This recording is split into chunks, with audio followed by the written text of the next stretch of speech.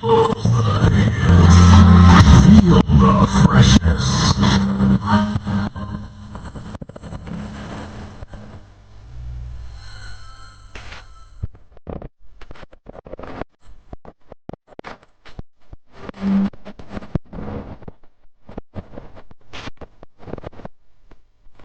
Yeah, welcome. Good afternoon, good morning, and good evening. 16:16 on the dot. How are you feeling on this amazing Thursday afternoon? Welcome to the reaction time on the best radio station, the Black Hot Fire Network. They call me SH with the Money Plus. I'm your captain every Thursday from 4 to 5. I'm joined by JOBY and Mr. Kamlesh. One, good afternoon, happy Thursday, wishing you a beautiful day ahead, and welcome to the reaction time. JOBY in the house.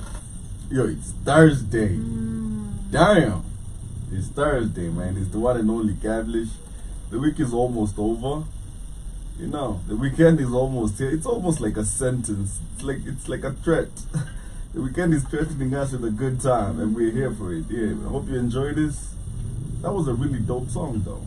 Man, I'm just tired. Before we get to that, I'm just tired. Let me just say my body is tired and I'm not ready for the weekend. We're about to do it all over I'm again. not ready for the weekend. But how you guys feeling? Good. How you job? You not feel chilled? Yeah, just amazing. You have energy? Yeah, equal. I'm just not showing it, but equal. Yeah, I'm Oh. feeling just chill, but Okay. feeling great. Alright, Yeah. amazing. Kamlesh, whoever. Fatigue, major fatigue. I feel like I'm not getting enough sleep this week. Yeah, just pushing for the weekend, Yeah? which I won't get sleep either. God It's damn. bad. It's Oh. bad. It's bad. Yeah, but how are you doing? I'm How surviving, man. I'm surviving. It's not that I've not been having enough sleep. I've been having enough sleep, guys. If there's somebody who can sleep for on Monday I slept for 30 hours. Was it 30? on Sunday? On Sunday. 30 hours Yeah. and I woke up Monday feeling Tired. tired as hell. On Tuesday I slept for 9 hours. Yesterday nililala 6 na nimechoka. 6 June. Yeah. We really do need to take our off and rest. I really don't need enough. Hiyo ofisi yangu iko na plans. Ofisi yangu si za kuchoka. Tutachoka siku ya off. Literally, honestly, you know. But yeah, I'm excited. We started with Phil. That song Wewe Ni Wangu. So, mimi nilisikia ngoma kitambo last year ikianza kwa si ngoma mpya. Like last It was year. Phil. I'm Yeah. like 26. His real name is Phil. Okay. Yeah, because I know him. Umeamua kwenda na government names. Actually, Philo. Mimi namjua personally, okay? So Phil released this first song. So hii ngoma nikisikia, I was so excited because ilikuwa inanikumbusha EXO. You know, because like I remember, it's giving that vibe. yeah, because like I remember when EXO came here, because like mimi niliona EXO TikTok, and he came before he popped. It was crazy, man. That's I was true. just, but you always know who is going. You always know that this song is so good to be like on the low, unajua, and stuff. And it didn't take after 3 months. The next 3 months he was like already blowing up and doing shows.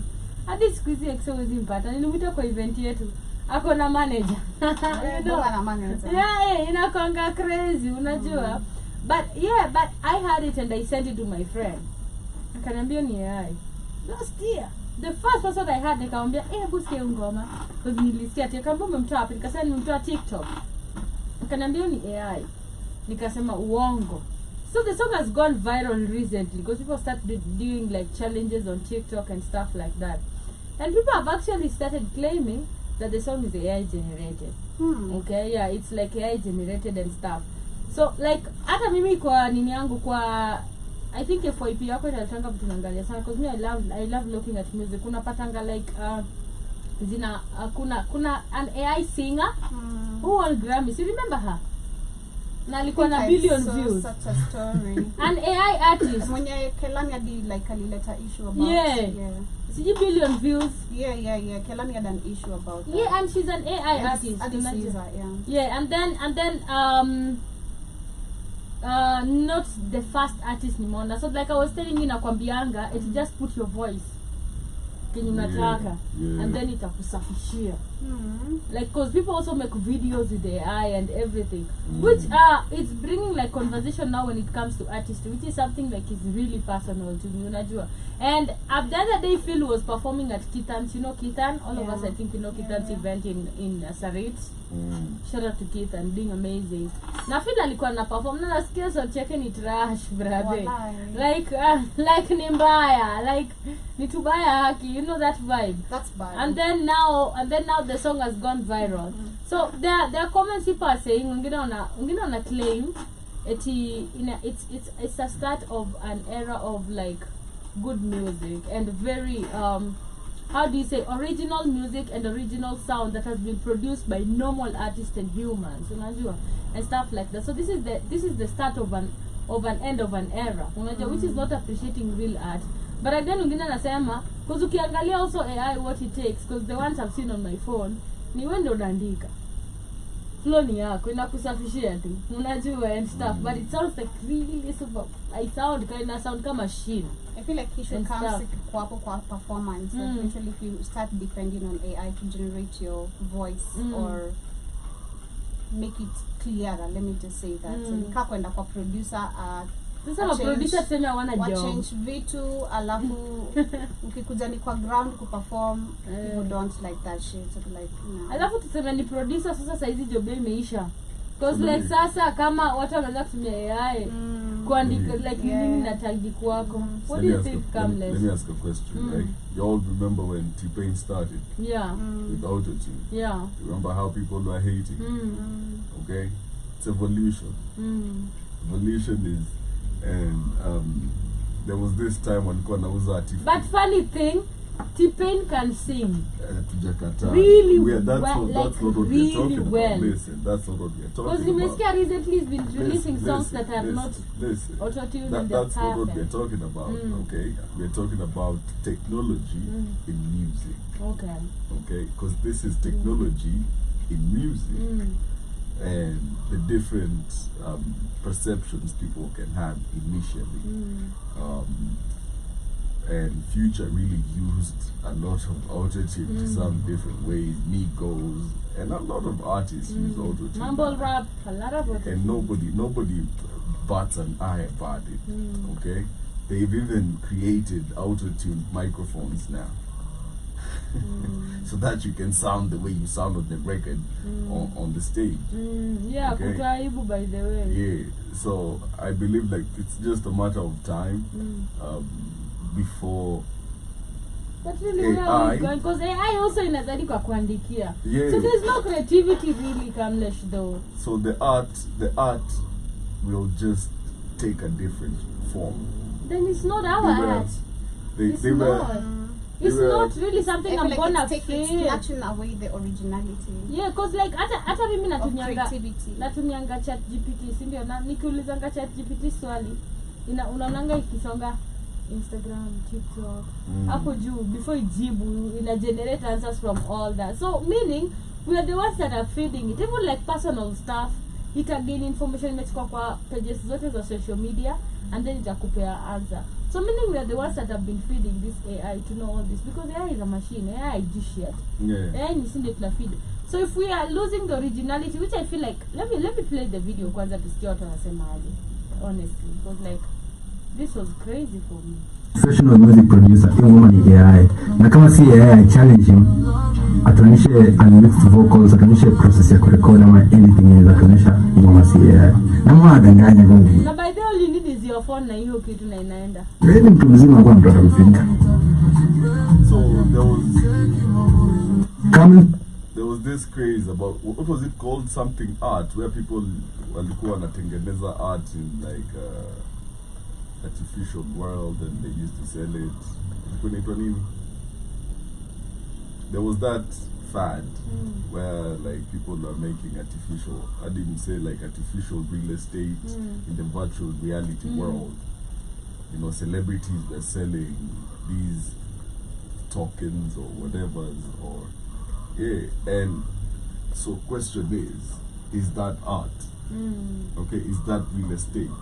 Because you had people like Snoop Dogg selling real estate near where the real estate is, and this is artificial, by the way, for millions of dollars. Okay, AI can now paint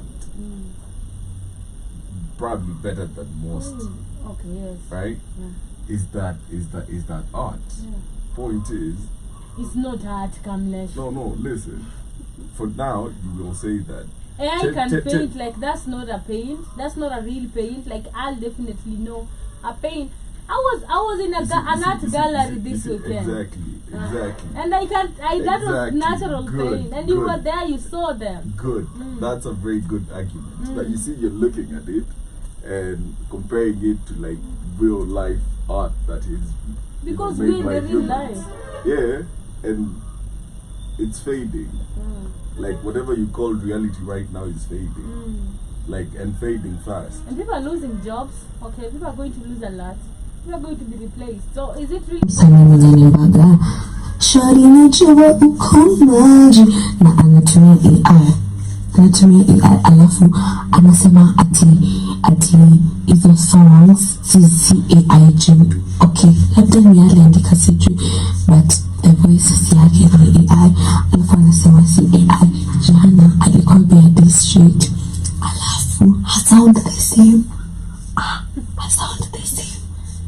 Because like what makes I feel like instead of criticizing, again, that's why we go back to, again, what the creative people are being told to learn. Like, enda kwa, because he's a good writer. The fact that kama ni aliandika and he's using AI, I feel like if in a good space Did you see that of video though? understanding music, from writing to Yeah. recording, if he's given the space and the time to learn, he can perfect himself. Hakuna mtu perfect. Literally no one starts from anything from you I being agree. perfect. You have to learn a few things ndio ufike mahali uko. So if the fact that those are his words, the words the same actually does not make the song even more beautiful. beautiful, Literally. yeah. So like literally the flow of it. When you two aliambia AI ifanye, he has a vision of what he wants. yeah. So instead of criticizing, like just tell the boy to find the right people to put him on the right creative space.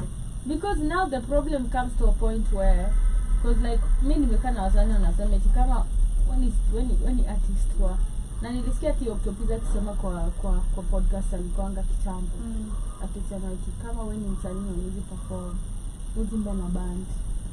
That's when I know you're an artist. If you can't like do that, because that is what tests you as an artist, the real you, the raw you, Exactly. and people can actually feel you. Because like I feel like we resonate so much with artistry and music.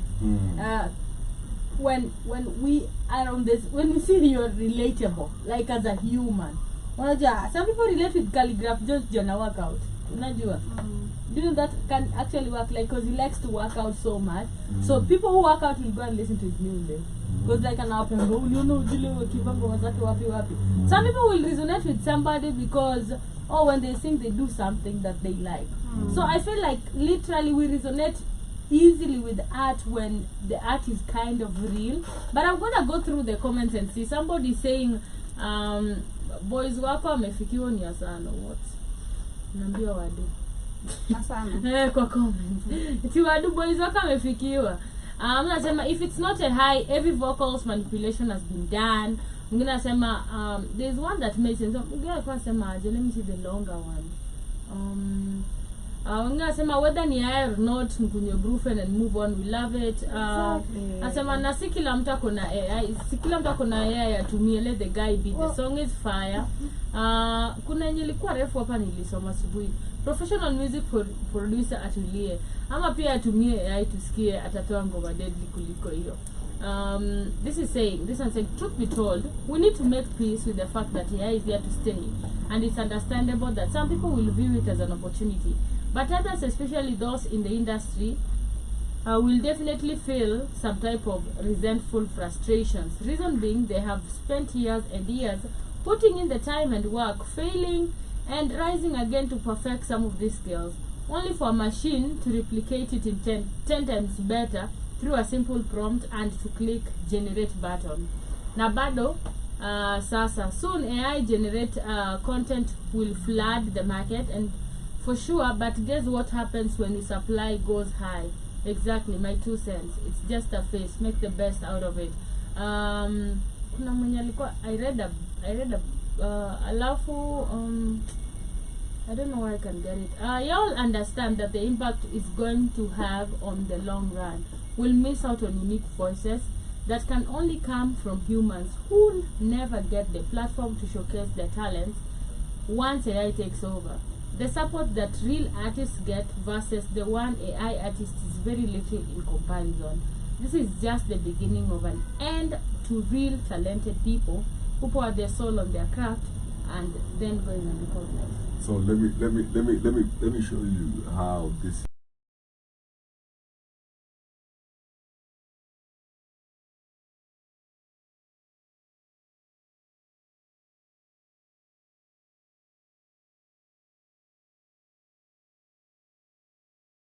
The cassettes that he had, Zile whatever, the black, what are they called?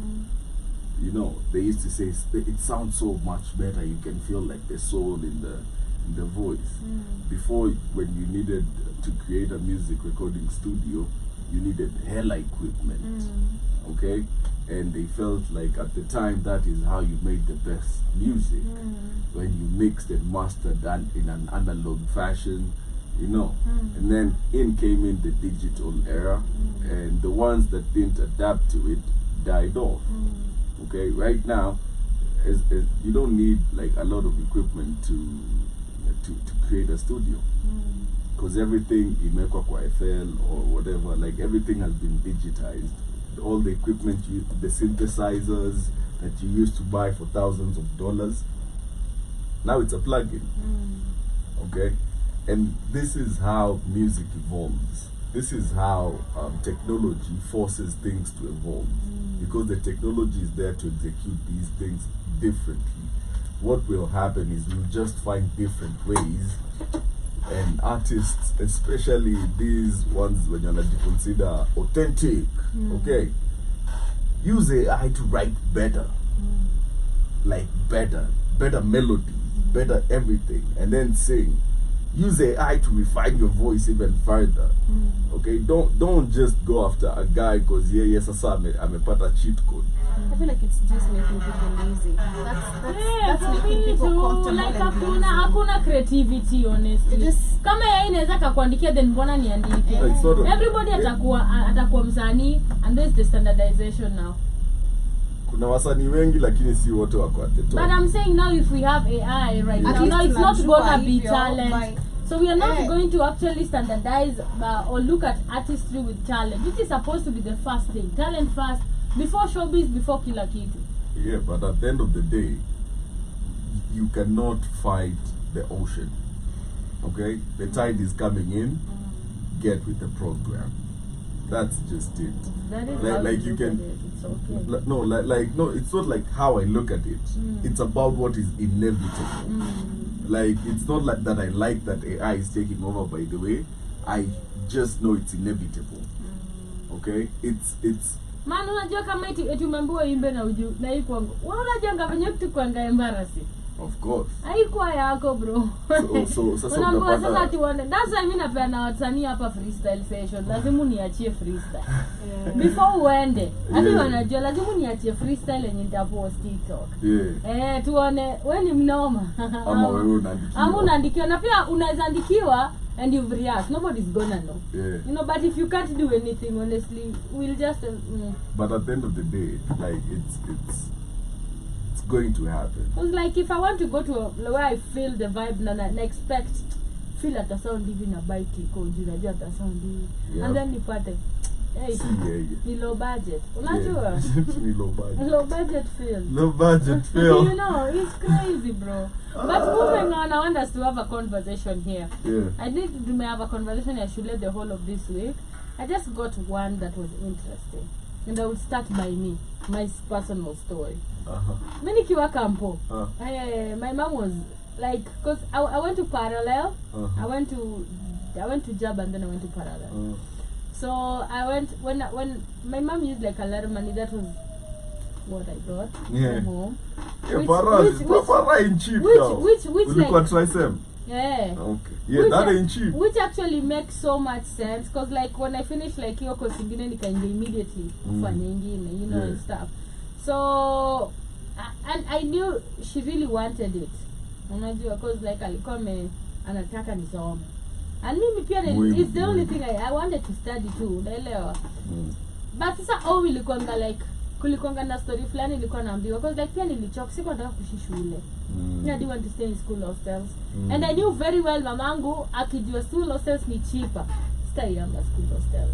So I used the term parallel because my mom akwenda kampu. Watu wa Parat hawaishi ndani. Hostel. That's the criteria I used and it worked.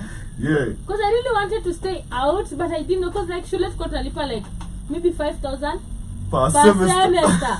Na para ni hiyo 5,000 per month. Yeah. But uko na kwako. Nilikuwa tumejoka kushinda. I just wanted and then Egerton was cheap. I was also cheap because nilikuwa naishi nyumba iko na bafu na choo ndani na shower na tulikuwa tunalipa 3,500. Wallahi. Yeah. Lucky yo. And then kulikuwa dinasa 2K. Wewe unasema nini? What? Yeah, because like ilikuwa alafu the most expensive ones nakumbuka Baroda. Shout out to Baroda. Nilikuwa naishi Baroda. Mabola na pale pa 55. Yeah. You know the most highest hostels I get. Yeah. So mimi nikadanganya madamu nikamwambia cheki. Watu wa Parat nikataza hii semester aturudi ndani. Akalia mashida. Yeah. Akasema sasa nitafute nyumba cheap. Shimani unajua kwenu. That was the time napataga home because like I understood because mimi nilisi kwetu tulisoma na a lot of loan. Yeah. Like nilikuwa naonanga watu wa Kenya women all the time naenda shule kuja wanaangalianga vitu. And the good thing is apparently they didn't carry anything. I don't know how my mother managed but she managed to take us through school with all those loans. Yeah. And imekwanga story unamalizanga shule unalipa loan yako. By the way mamangu achezangi. Cheki anza kulipa loan yako ya shule unajua and stuff like that. So I saw a lot of loans and stuff like that. And even her just getting me a house yenye najua ilikuwa comfort yangu si eti yangetaka. I didn't want to like pressure so much. But kulikuwa na tama alikuwa ananiambia unajua kweli. Ukitoka hapo ujue kwenu penye wenyu uliacha kwenu. And then my mom is like a super manipulative African woman. Hello mom niaje akishaje nataka kuomba dana kwa hata sisi tumekula tumbo waga bure hapa hivi home. Hapo anaanza story na hapo. Ndio kujianga sota. Ndio usiombe do unajua. So like I remember nikiishi solo mimi nilikuwa kwa punch per week.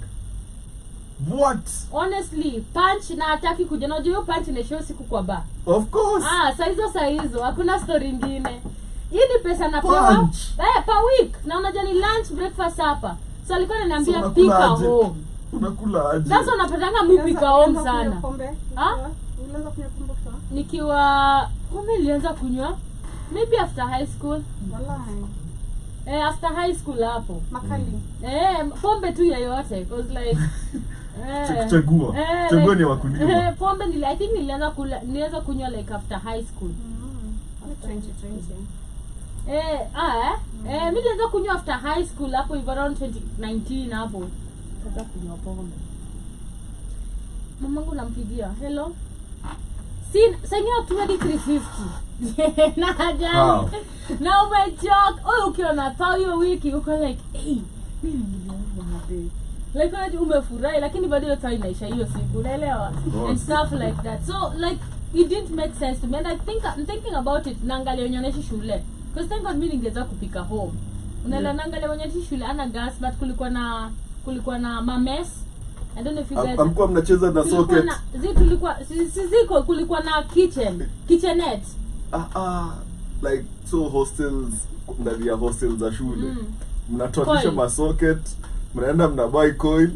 Hizo zilikuwa. Yeah. Si ndio nasema but pia kulikuwa na kitchenette ya shule. Yeah. But kitchenette like everybody shares. It's a big kitchenette. So unaweza pata men venye coil waste time. Kama unakumbuka hiyo tu kupika nyama. Imagine mnataka kushare like watu wengi. Unaenda kama unataka kupika sapa. Unaanza kwenda tu ndio upate space. Na ndio hiyo ni sapa uache food yako kwa labda utarudi upate.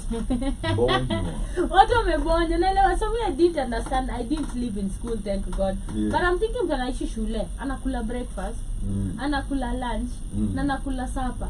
Hiyo ni punch. Hata ujifinya aje lunch so, breakfast so, alafu hiyo ni already 250 honestly, like hiyo ni budget yenye umejifinya, unajua. But then si tulikuwa na mess za shule. Mess zetu tulikuwa tunauza dengu 4 bob. What? Like imagine siji 9 bob. But this square ndanga mess ya shule. Na shule kule ni mbaya. Of course ni very bad. Like 9 bob dengu unapata imeandikwa 9.11 hadi cents. Hivyo najiruka like sasa hizi cents zinawaka aje. Unapata dengu na chapo 23 bob. Unajua and stuff like that. So unaweza pata weka student. Watu wengi walikuwa wanaenda mess sana. Like kuna mess ya shule ya public and then kuna sasa hoteli za shule. So kama uko vibaya sana unakula mess. Na hiyo mess umejifinya sana. Na just kuenda mess yote like ilikuwa naziona ngaka ruma. Zilikuwa na imagine kwa hizo ndo zilikuwa price zao. Nilikuwa nachikiwa sio nasema unaenda mess, niko like what? No. Because the school I think pays for you half. Shule inalipa half kwa mess because mess ni za shule. Yeah. So the school pays half the price. So kama unapata hiyo chakula ni siji 40 bob ilikuwa 80. So umekatiwa hiyo 40 and stuff like that, but utalipa hiyo 40. So my mom used to give me 500, 350 sengine kisha. Alafu hii pesa ishe katikati ya wiki nakwambia. Yenye sasa nimeshindwa nishakon kila msee anko na hakuna mwenye amenipea pesa.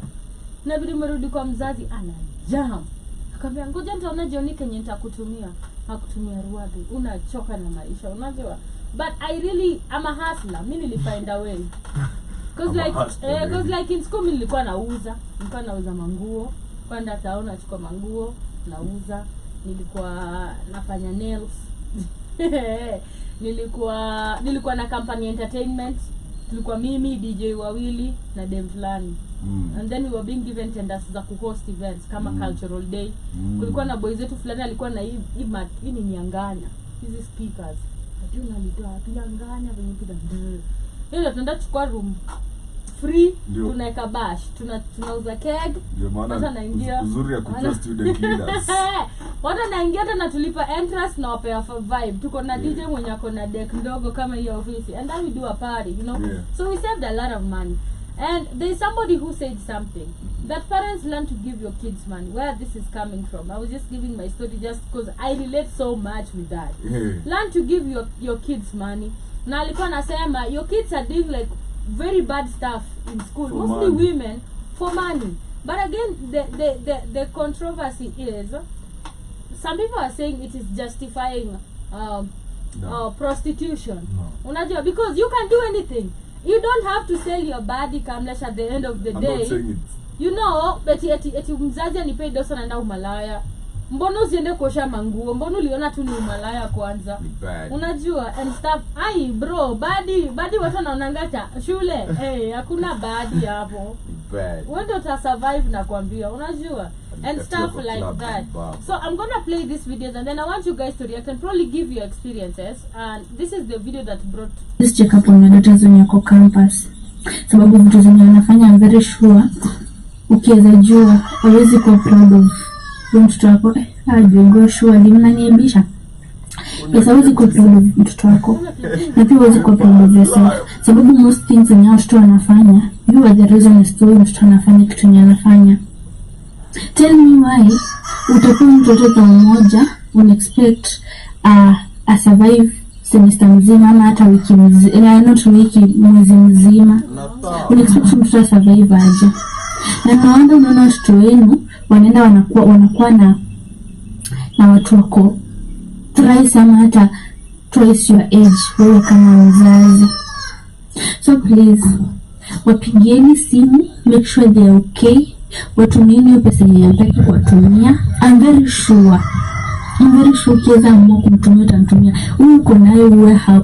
Dear parents, please check up on your daughters when a parent can do anything for the kid. Vitu zenye wanapitia. Si tu wao wanapenda kwenda tena watu wenye wako twice their age ama hata thrice their age, lakini they don't have any option. They're doing that to survive and you're there judging them. Wewe utajaji sababu unajua sako sawa, wengine yuko sawa. Their parents when they don't care.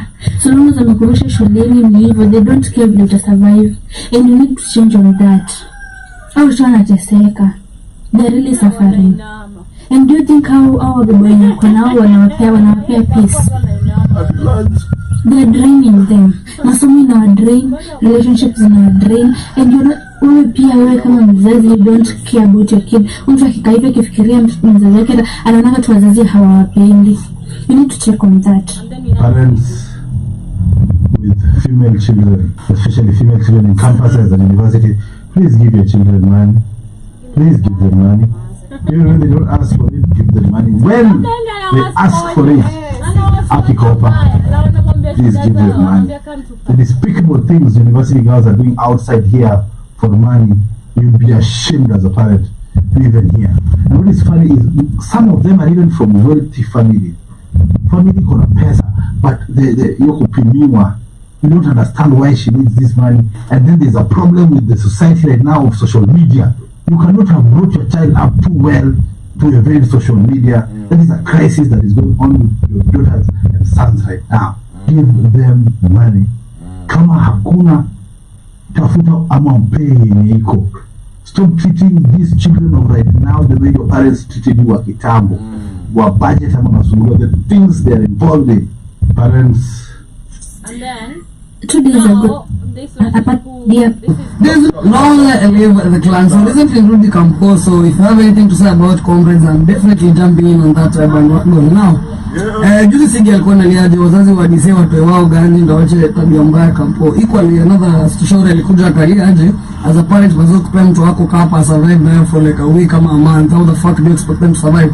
And then you understand that, okay? Because equally kuna wazazi wengine bana wanakupanga do it make sense, but you have to understand mazee. Mzazi wako amejiua ndio upate hiyo sababu unalia itoshi. Amejiua mzazi upate hiyo kichwani. So please let us learn to survive in those means. So number 2, I've been in campus long enough to know you are not in school 24/7. Mazee, you have a lot of extra time. So kama ni ganje kutoshi, tafuta mboka. Na sikwambia tu nitafute kazi ya bank na kuniambia hapa serikali ipeani kazi. Look, jifunze mazee kukrochet. Enda ikombo fungue thrift shop. Jifunze kushuka nywele. Chukua paketi ya suti na uze kwa department. There are so many ways to make extra cash. Si ubalaya 24/7. Equally, number 2, there's no way you're telling me ati pesa yanakupeni kidogo. No way you're telling me ati pesa yanakupeni kidogo ati jotoshi your campus needs. Bana tunajua unataka kuenda WCR, tunajua unataka kuenda DN, tunajua bana boy anakuja na uko shughuli. So look, stop blaming your prostitution on your parents' financial situation. Kama unasema pesa ikutoshi, wewe ni mtu mkubwa, uko na ID, uko na kura, tafuta ganje. Kama unamuua malaya usekelee mzazi. Kama unajamuua malaya, soma kwa bidii. Long live the clan. I support that, man. I was to say, actually that was the answer I was supposed to give. Because ushafika 18, kishamaliza high school. Kwa hiyo unajua unataka kuwa mtu mkubwa. Ulikuwa unataka kuwa mtu mkubwa. Utoke nje ya nyumba mamako na baba yako. Wamekuachilia ndio kuonyesha venye kuwa mtu mkubwa inakuanga. And it's part of it is survival actually. The biggest part of it. Before you get it together, kuna kuinama. Unless when it's Sandra movie, akina Sandra, you know. Sorry, you're gonna have to inama. Exactly. After kuna vitu mingi you can make money out of. Anza kuuza mayai. Actually I think it's very easy for you to become a small mayai vendor. Hapo nje tu. You don't even kwanza jioni kushatoka class. Jua buy kale ka kitu fulani, you don't need the whole tray ile hii trolley ya ku. Anza na ile hivi ya kubeba hivi. Hizo ndo unatumiwa jua venye utasave 100 buy yako ka kitu, mayai buy 5, anza na 5. Make profit out of that. Go add the stock. Like there's so many ways of surviving. Again, pia mimi nasema kuna umalai is the only option. Because your parents said the parents go through so much, literally, especially being in Africa, we know there's no free system of education. Wazazi wanauza mashamba, mang'ombe. Siku hizi hata sijui ni wazazi wangapi wenye mostly wanaishi Nairobi na wana mashamba home because they sold them literally to ensure the kids go to school. So mtu anakula sukuma huko anakutumia so saba unafikiria that is anakunyima.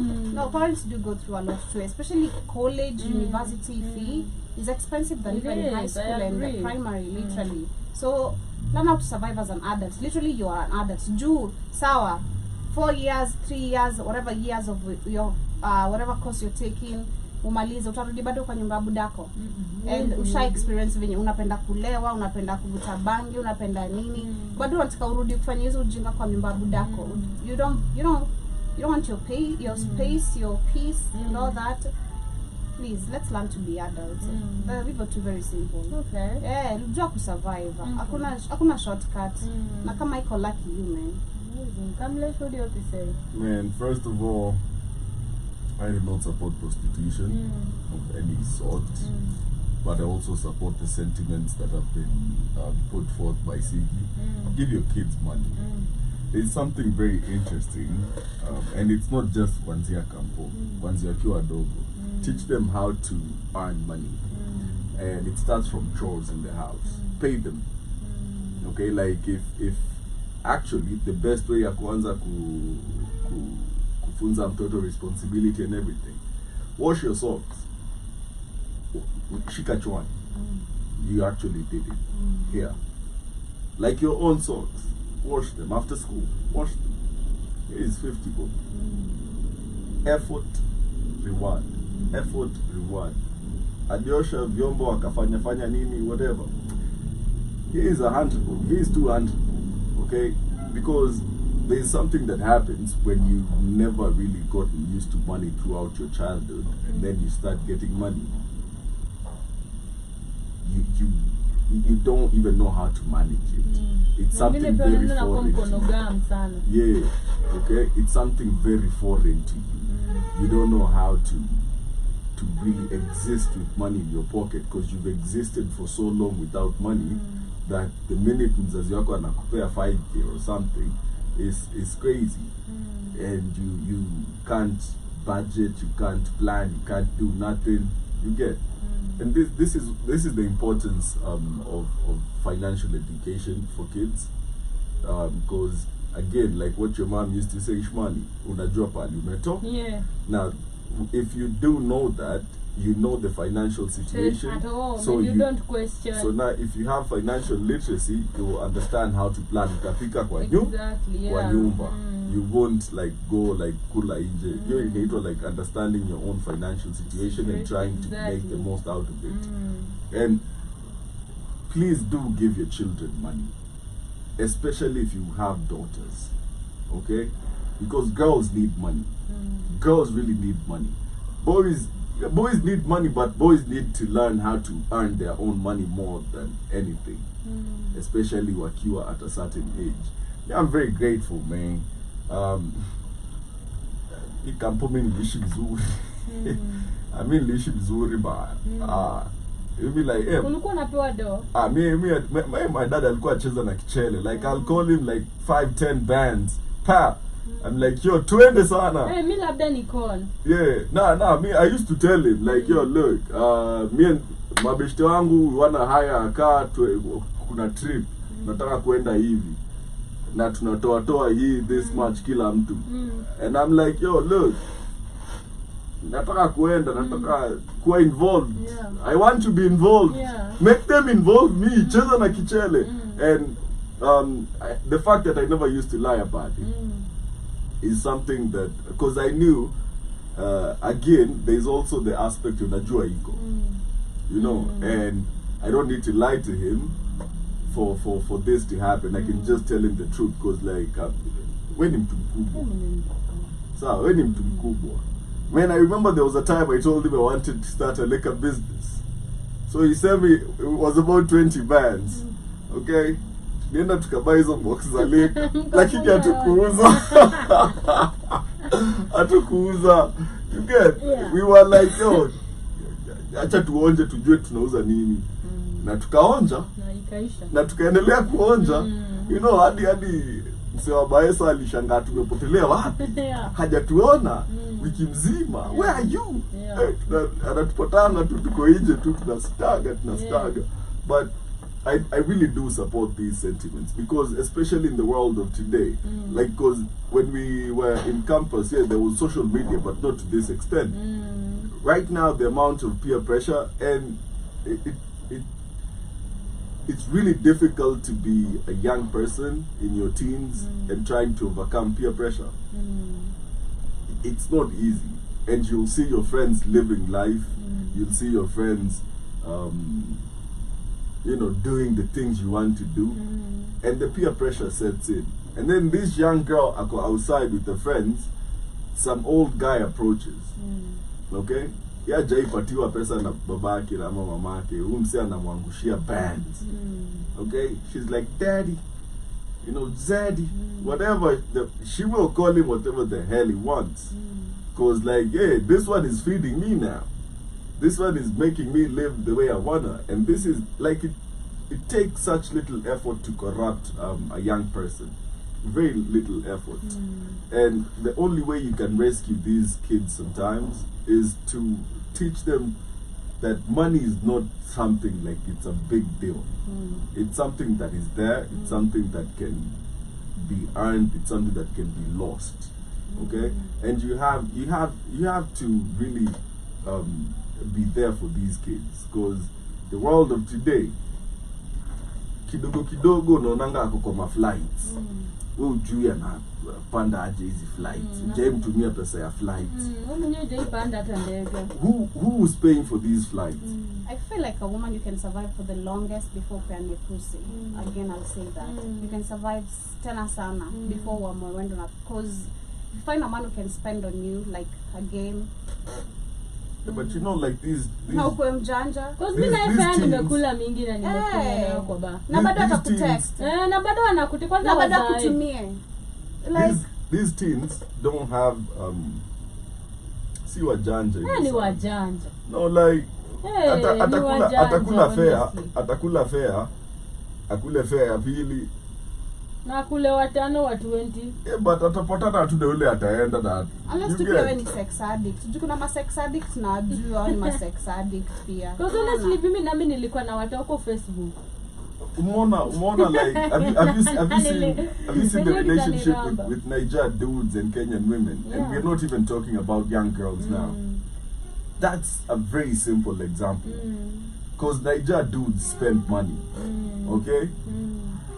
The way they get Kenyan chicks, and it's not even Kenyan chicks, the way they get women. Yeah. Okay? It's a good example to show you like how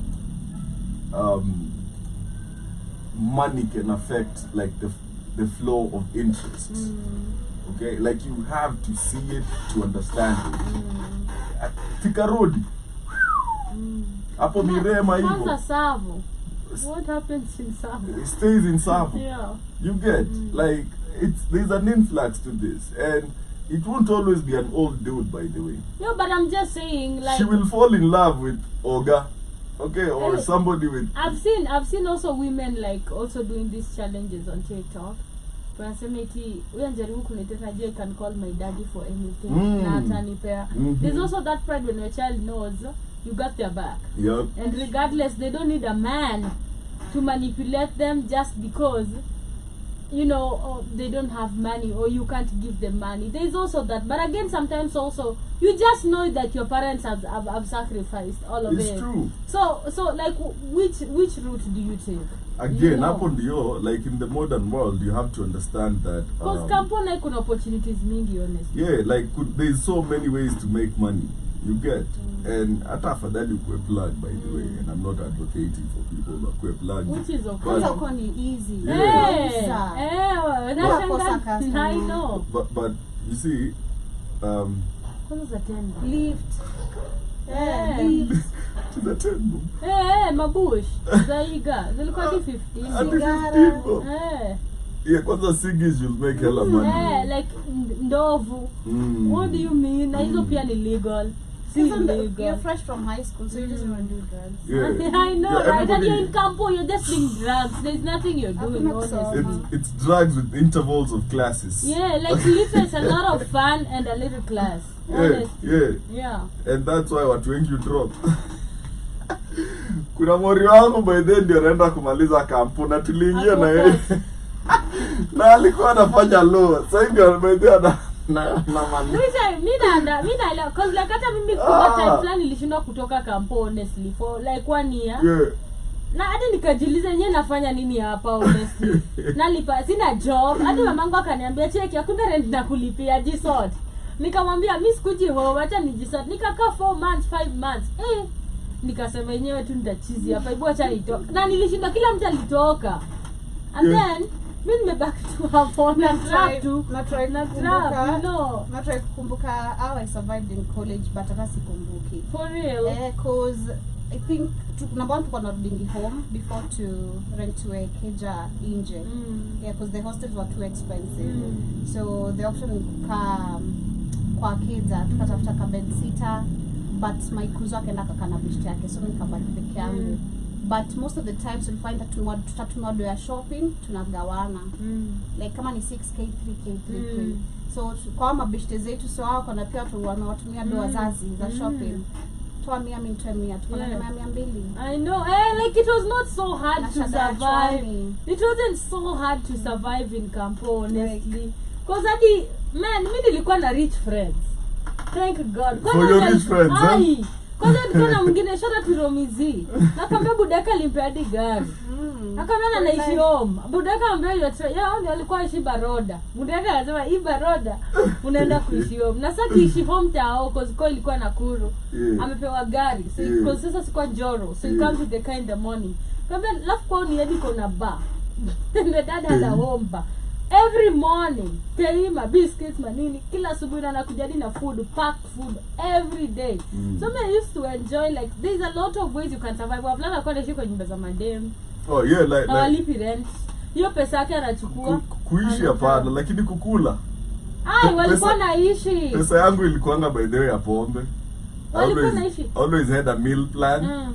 Kuna breakfast ni kwa, lunch ni kwa, supper ni kwa. Lakini sasa here's the catch. Lazima tu shikiangia madem leka. Like tukitafuta form. Lazima uende na pombe. Si shakula. Hebu tuendeni hivi basi. Tunaenda Maesa. Kwanza hizo time Jack zilikuwa siji soba. Alafu na iko beti tulikuwa tunaroka. Mimi nilikuwa na kwanga kwa mtaro. Mimi sikuwa madem. Honestly. Nilikuwa mbaya.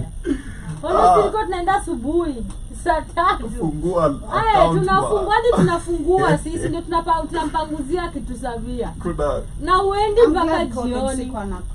For real. Nilikuwa makali sana. Like mimi nitaona. Ulikuwa umeanza kunywa when?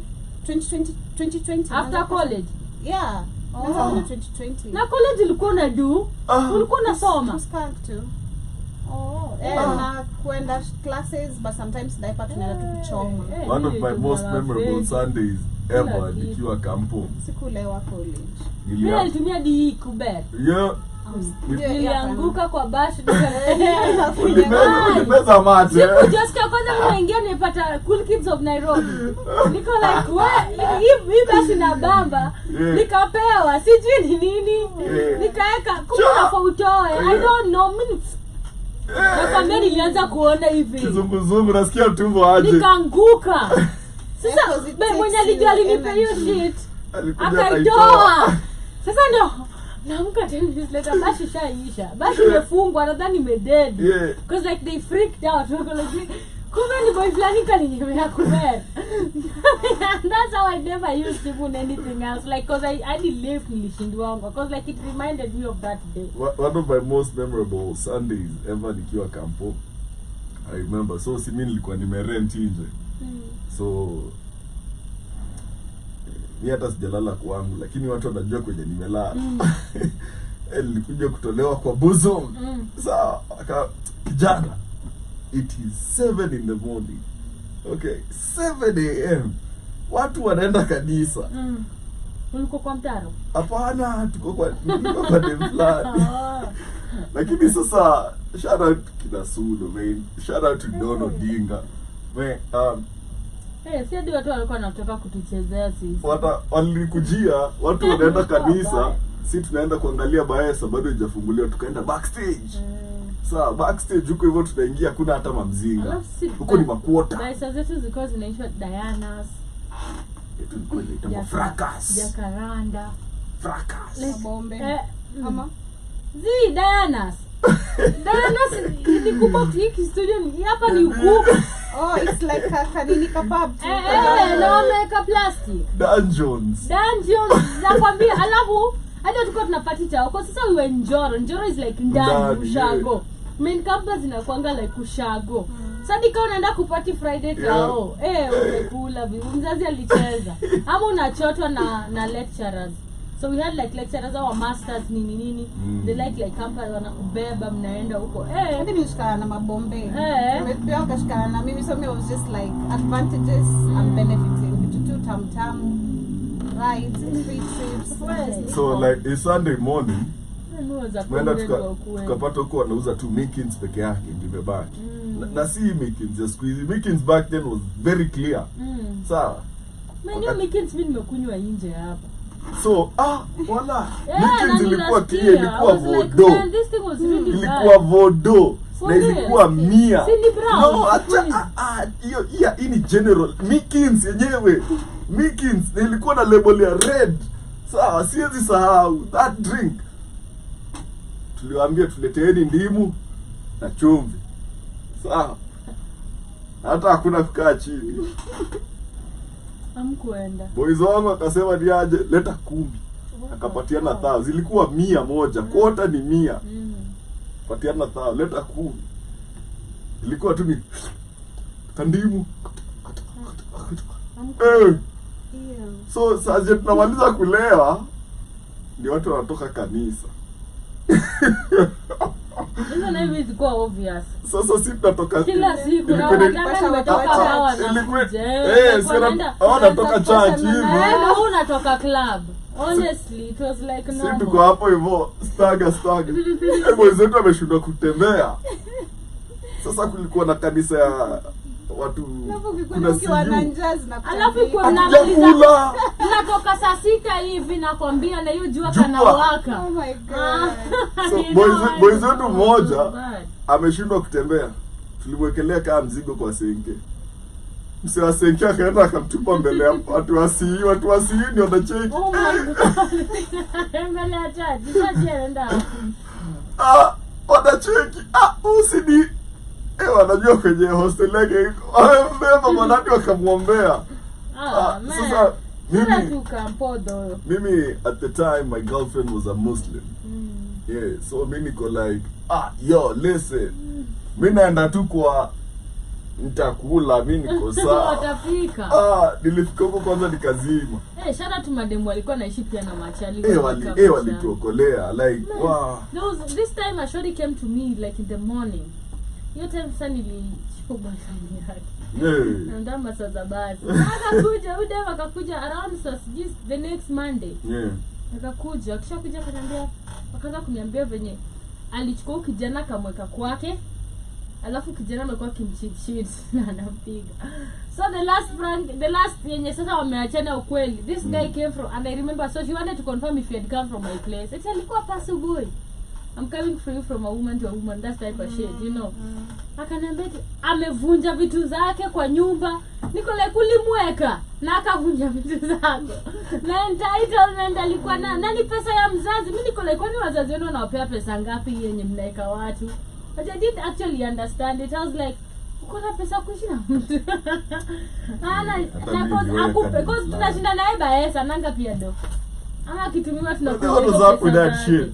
You know, so man, shout out to you cougars in campus. You are an early cougar, honestly. It didn't No, make good sense. girls. Nah, not really. Yeah, good girls. Yeah, but the last video maybe as we just wind up, nilikuwa nimwambia there is like people watu wanachukua hizi dates za kwenda kuchukua kura. So there is a journalist Ademba Allan. I think Ademba Allan alikuwa kwa ile ni ya BBC, si ndio? The face is so familiar. The BBC documentary, Buche. Okay. You remember the guy? No. Sure. No, I would be lying if I said I did. Oh, okay. So Ademba amekuwa kimobilize people, anawabeba, I think ako na gari, anabeba kila mtu anawapeleka. So watu wameanza kuchukua kura kwa dates. Gen Z za wajoka. Hi Genza, niko 23 na niko kadi. I'm a Gen Z, niko 23 na niko kadi. Hi, I'm a Gen Z, niko 23 na niko kadi. Hi, I'm a Gen Z, niko 26 na niko kadi. Kisema hizi kura tuna mobilize watu, there's no way Ruto is going to sell them. Tunaenda kuzileta. Na kesho 17th of March 2026 we are coming to occupy Kasarani IEBC registration offices hapa kwa DO. So anaenda kwa every nini place ana mobilize, anachukua watu kwa every polling station. Like amesha mobilize around the first day it took like 600 people, then I took like 400 people and stuff like that, which is super amazing to see, because and then they're using hashtag Tukukadi. So tuko card is like, we go get your card, move as a mbogi and stuff like that, which is amazing to see. So kama hujachukua kadi tafadhali chukua kadi. Get in the game. Get in the game, because like people are taking the cards and it's not a joke anymore. Like people are going for dates. Wanaenda di wanalewa wakienda kuchukua. It's really fun. After party. It's really fun to see that. At least that's what makes it Gen Z. I mean, it's so serious, but there has to be fun in it, you know, and stuff like that. Yeah, but that is what is happening. Those have been our conversations for the day, fam. We are coming to the end of our show. Everything put aside, which Kenyan content creator, food creator, do you enjoy the most? Food creator. Kenyan. One I don't follow up much. Yeah, lakini mwenye maybe wengi wako na hizo show, but there's so much mediocrity in the whatever, so I don't follow up. The last time I tried to watch a live cooking show ilikuwa plus interview. Like, man, switch this shit off, man. So I can't say I have any. Okay. Yeah.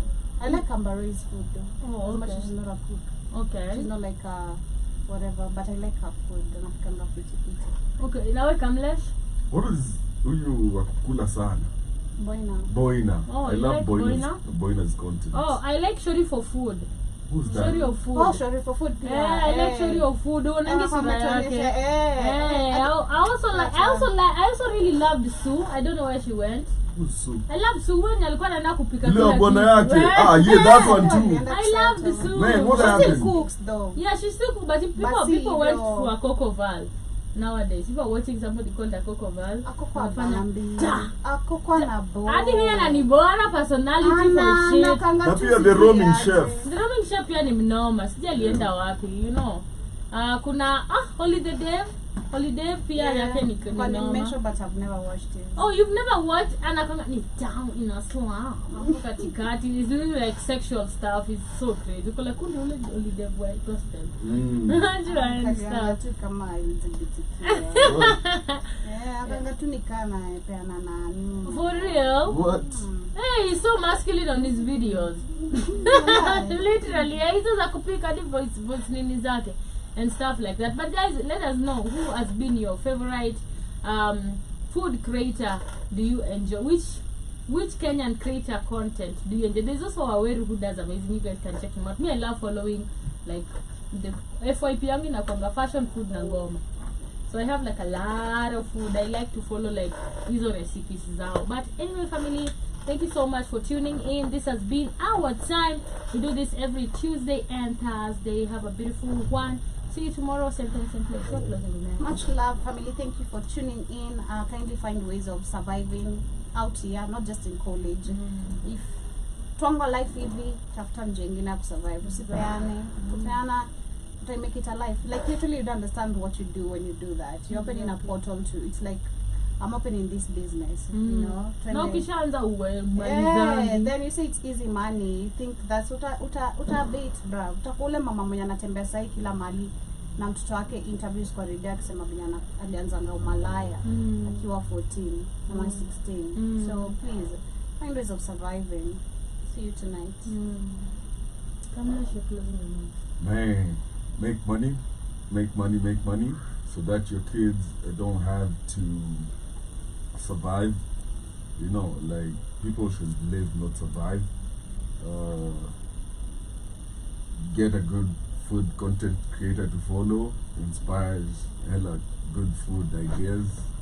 You know, so apart from that, man, I'm gonna be back in like an hour with some amazing sports news.